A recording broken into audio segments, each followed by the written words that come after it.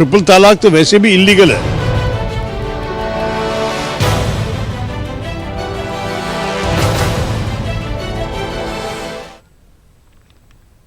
आज राज्यसभा में तलाक सलासा बिल पेश होगा। बीजेपी ने उसके ताल्लुक से अरकान पार्लियामान को व्हिप जारी किया है। कांग्रेस और टीएमसी ने भी अपने अरकान को व्हिप जारी किया है। राज्यसभा में 3 तलाक बिल को पास कराने के लिए मोदी हुकूमत को गैर एनडीए गैर यूपीए पार्टियों का सहारा लेना पड़ेगा। इस दौरान बीजू जनता दल ने बिल की हिमायत का फैसला किया है। एनडीए के लिए राहत की खबर यह है कि हलीफ जेडीयू ने ऐवान से गैर हाजिर रहने का फैसला किया है। जेडीयू ने 3 तलाक बिल की मौजूदा शक्ल की मुखालफत की थी।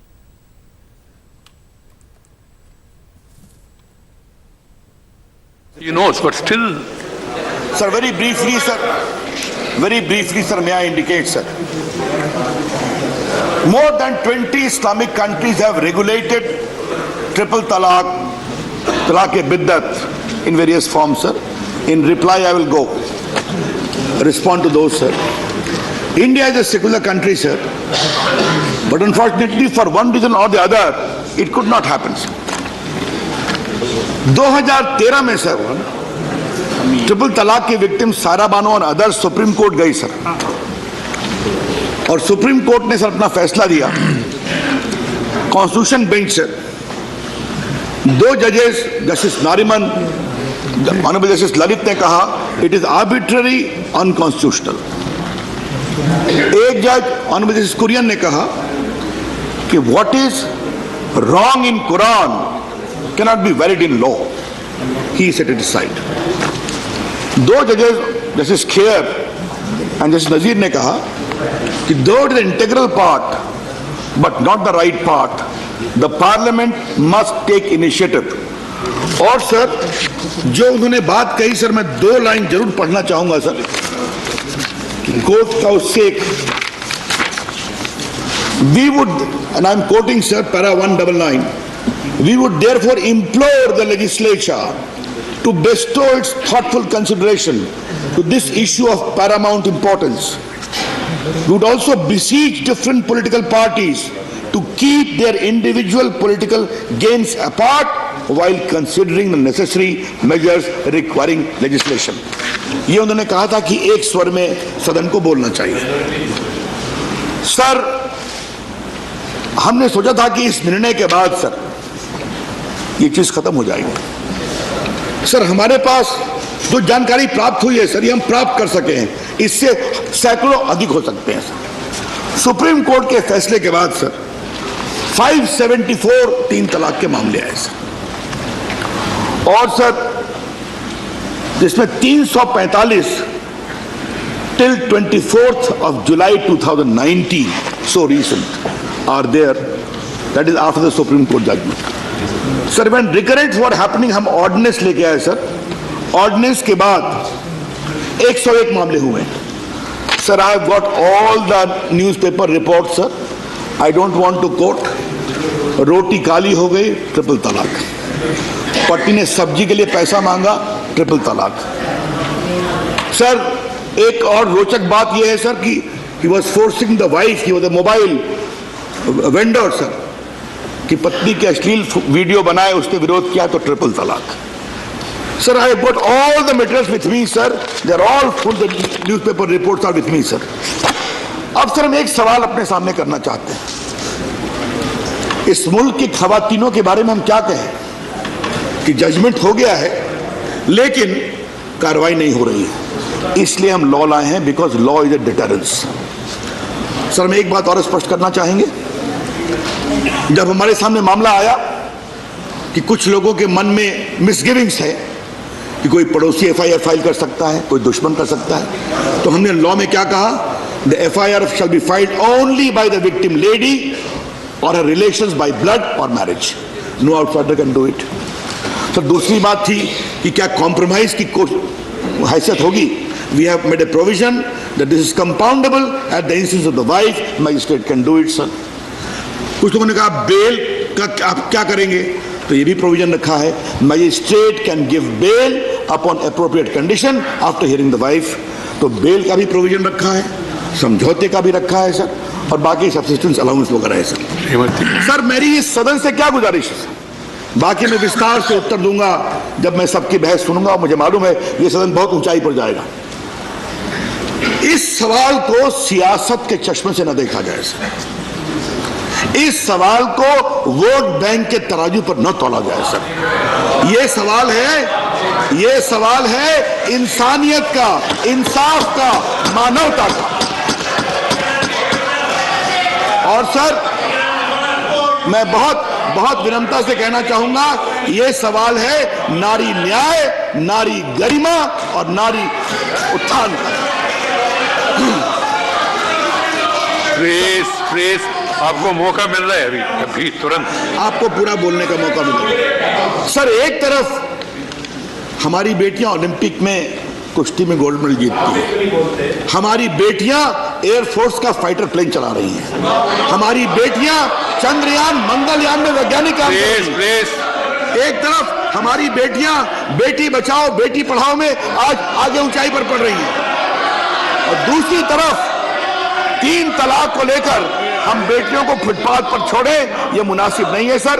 इसलिए मैं इस सदन से बहुत विनम्रता से मैं इस सदन से सर बहुत विनम्रता से गुजारिश करूंगा, ये सदन ऊंचाई पे उठता है। आज ये मामला gender justice, gender dignity, gender equality का है, इसके सदन आगे बढ़े सर, यही कह के मैं इस बिल को प्रस्तुत कर रहा हूं। The motion moved.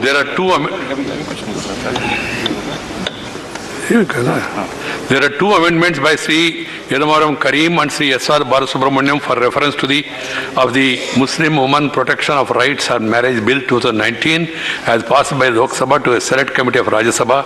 Members may move the amendments at this stage without any speech.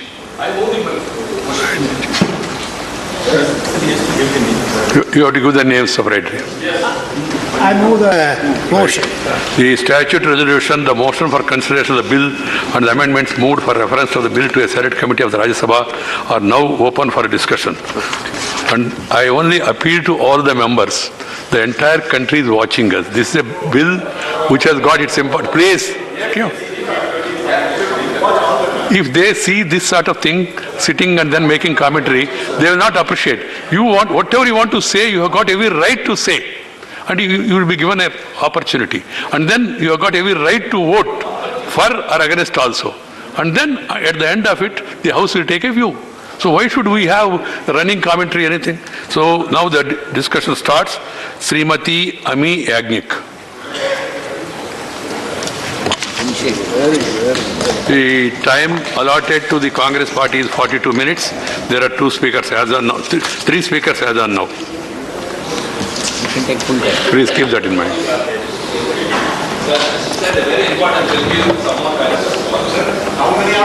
Please.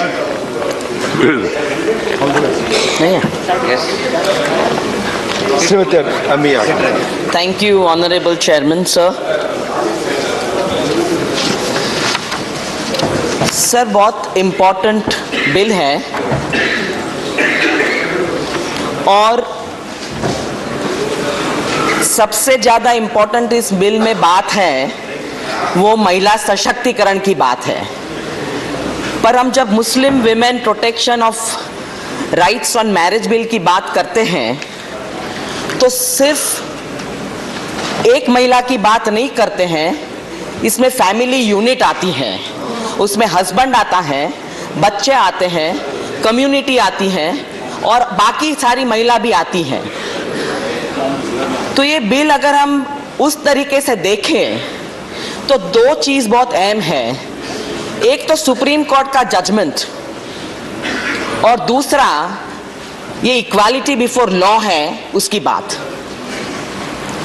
महिला सशक्तिकरण के इस बैकग्राउंड में हम ये 2 चीज़ हम भूल जाते हैं कि सुप्रीम कोर्ट के मेजॉरिटी डिसीजन ने तो ऑलरेडी बता दिया कि ये सेक्शन 2 आर्बिट्ररी है, स्ट्राइक डाउन कर दिया है, तो उसके तहत ये कानून रहता ही नहीं है, वो आर्बिट्ररी है, तो ये प्रैक्टिस नहीं होनी चाहिए, वो इलीगल ठहरा दिया गया है।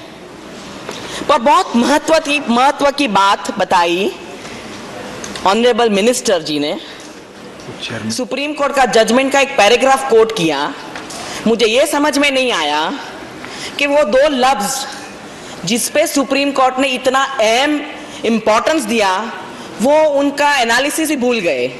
थॉटफुल कंसिडरेशन, ये थॉटफुल कंसिडरेशन उसमें इसमें इसलिए नहीं दिखता है ये बिल में कि महिला सशक्तिकरण की बात की है, पर आपने उसको धकेल दिया है कोर्ट में, वो भी मैजिस्ट्रेट की क्रिमिनल कोर्ट में जहां क्रिमिनल ज्यूरिस्प्रूडेंस चलता है, not in a family court where civil disputes can take place, family disputes can take place. तो आपने ये मैजिस्ट्रेट के पास इसको भेज दिया। वो वैसे भी सताई हुई औरत अगर है महिला, तो उसको आपने क्रिमिनल ज्यूरिस्प्रूडेंस के रेल्म में, एरिना में डाल दिया।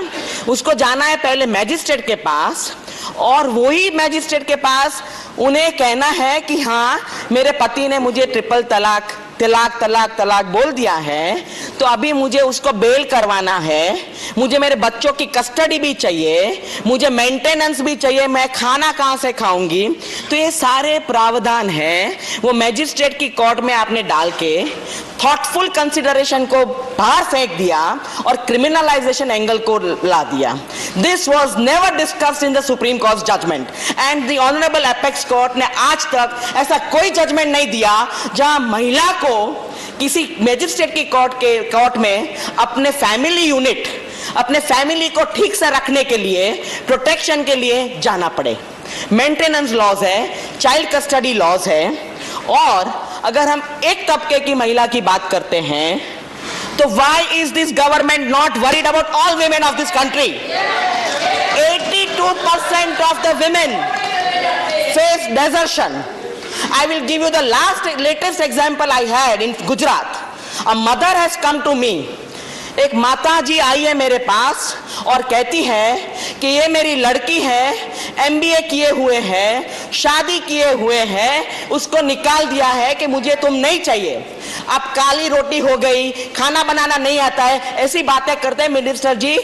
That is across caste, across class, and not only in India, in NRI marriages also, कि तुमको खाना पकाना नहीं आता है। तो ये बातें आप ऐसा मत कहिए कि सिर्फ एक तबके की महिलाओं को फेस करना पड़ता है।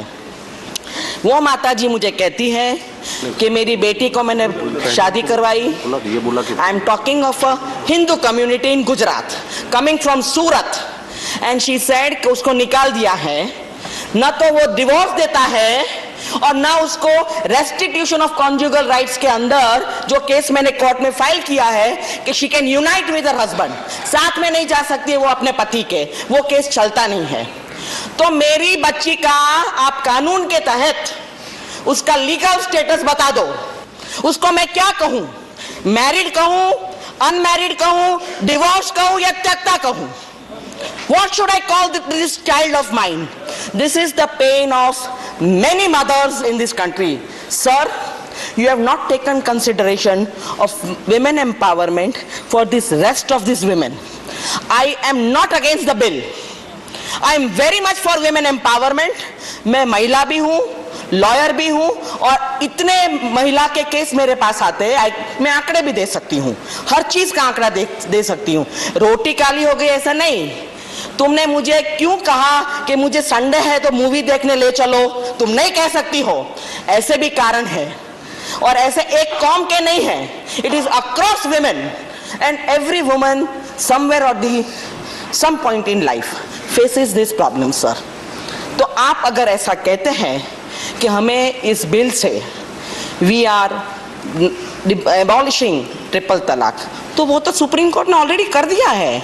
Sir, you are an eminent lawyer, you are a law officer of this parliament here also, and with this kind of an esteemed practice and experience, how can you already bring a law for a law which is already struck down by the apex court? Why? How can you bring? It is not there at all now. It is illegal. How can you bring a law now and you can say that we are empowering Muslim women?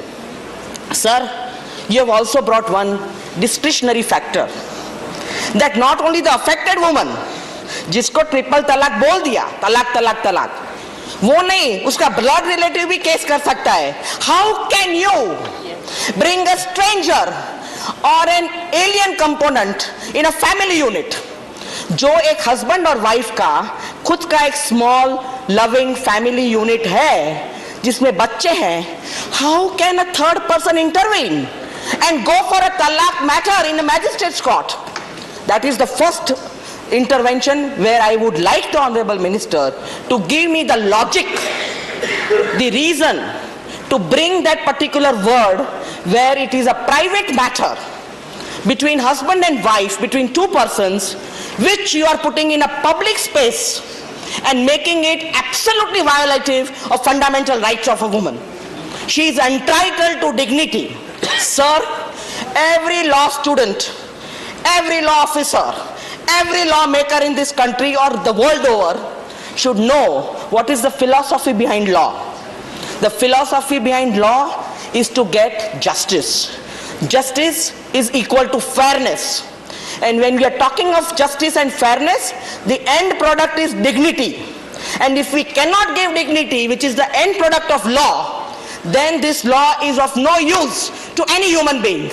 And that is why I am looking at the sole factor of the women getting equality before law, equality in society, equality in society in the terms of dignity, sir, that she may live with her head high, hold her esteem, and live a protected safety, full of respect in this life.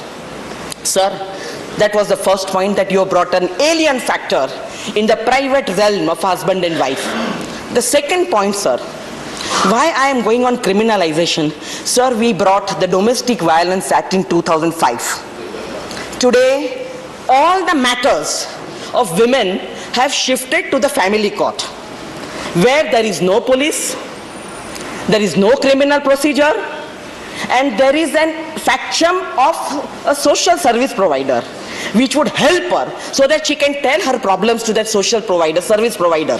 That is how we went to 2005 to the domestic realm, to give her protection, to see that she does not sit in the line of the accused who are there in the magistrate's court, either charged with 302 because it has to be committed to the sessions court, either for theft, either for some kind of bootlegging matter, or some kind of bank fraud. All are sitting there, and she's also sitting there in the magistrate's court if she wants maintenance.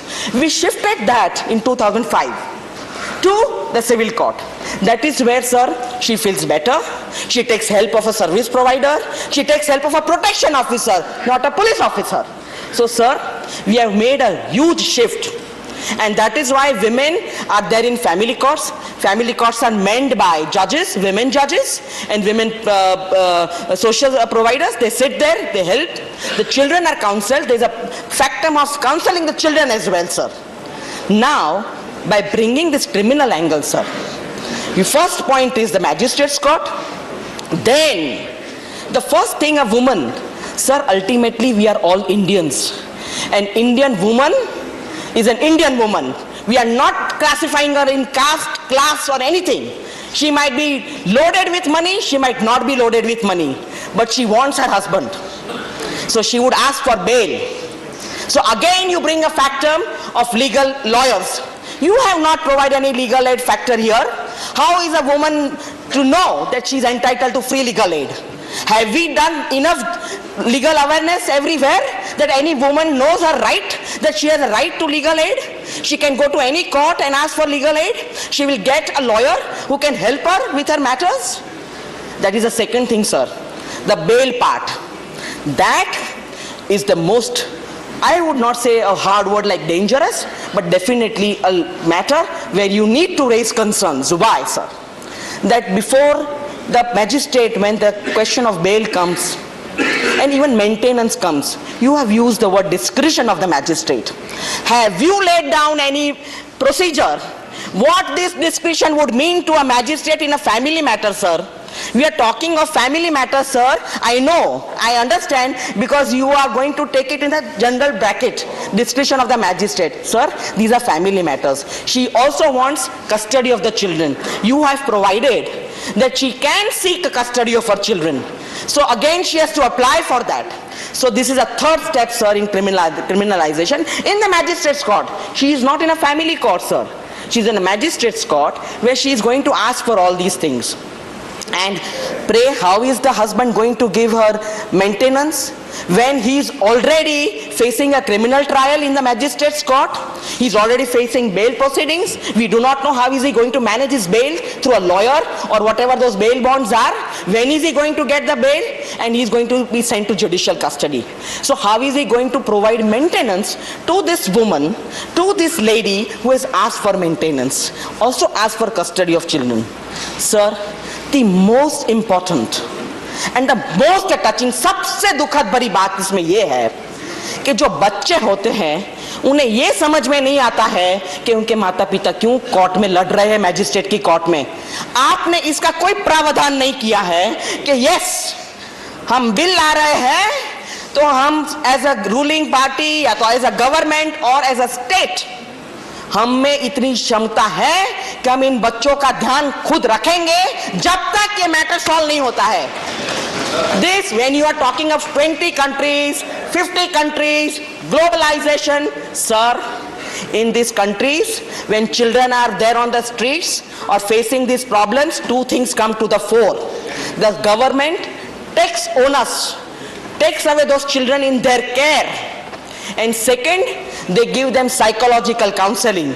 Both these things are completely given a go by. Sir, if we want to compare ourselves with other countries of this world, हमें ये ध्यान रखना पड़ेगा कि अगर हमें super power बनना है तो हमारी विमेन को सुपर बनानी पड़ेगी। अगर हमारी विमेन को सुपर बनानी पड़ेगी तो let them be dignified women, उनको कोर्ट में मत धकेलिएगा। ये court system, that is the fifth point. Sir, आपने कहा, जिक्र नहीं किया कि आपकी बेल एप्लीकेशन आएगी, फिर 2 हफ्ते के बाद लुकिंग टू द कोर्ट का जो रोस्टर होता है, 2 हफ्ते के बाद आपका बेल एप्लीकेशन लगेगा, फिर उस पर सुनवाई होगी और 2 हफ्ते हो जाएंगे। सर, आपने ये ट्रॉमा का सोचा नहीं है इसमें कि महिला को, वो बच्चों को क्या होगा। और our society sir does not allow the women to forget कि ये तुम्हारा जो केस चल रहा है, society first of all convicts her before the trial begins. तो सर, ये स्टिग्मा, ये ट्रॉमा, सर आपने ये 5 फैक्टर पे अगर ध्यान देते आप सर, तो आप ये भी सोचते कि ये जो डेटा आया है 2 लाख हिंदू महिला, मुझे अच्छा नहीं लगता।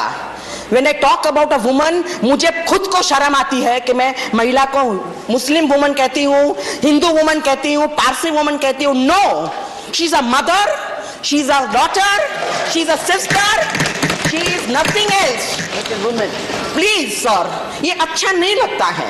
मैं आपको रिक्वेस्ट करती हूँ कि सर आप महिला एम्पावरमेंट लाइए, you bring on a large scale sir, जहाँ कोई भी महिला का रेप ना हो सर, कोई भी बच्ची का रेप ना हो, उसको एक अच्छा ट्रीटमेंट मिले, वो अपना सर ऊंचा रख के चले और वो ये सब कोर्टों में उसका टाइम दायर ना करे। Sir, women are really full of power, उनकी एनर्जी होती है सर। उनका काम ये नहीं है कि वो अपने पति को छुड़ाने के लिए कोर्ट में जाए सर। आप उनको एम्पावर कीजिए sir, I am with you. Empower किए, सब वीमेन को एम्पावर कीजिए, पर सर उनको उनकी जगह जहां है उनको इकोनॉमिक एम्पावरमेंट दीजिए सर, उनको सोशल एम्पावरमेंट दीजिए कि वो चल सके रोड पे अपना सर हाई रख के। पर सर आप उनको कोर्ट में न धकेलिए, आप उनको ऐसा कीजिए सर कि आप उनको जरूर ट्रिपल तलाक से मुक्त कराइए। I am for it sir, but sir please give them that dignity. Sir आप उनको ऐसे सारे एक्यूज के साथ मत बिठाइए sir. This is a burning issue and I would definitely, I am here to support the bill but not the criminalisation, and that is why sir please I would request you take out the criminal angle from this particular bill. Thank you sir, and I would really feel you will listen to me.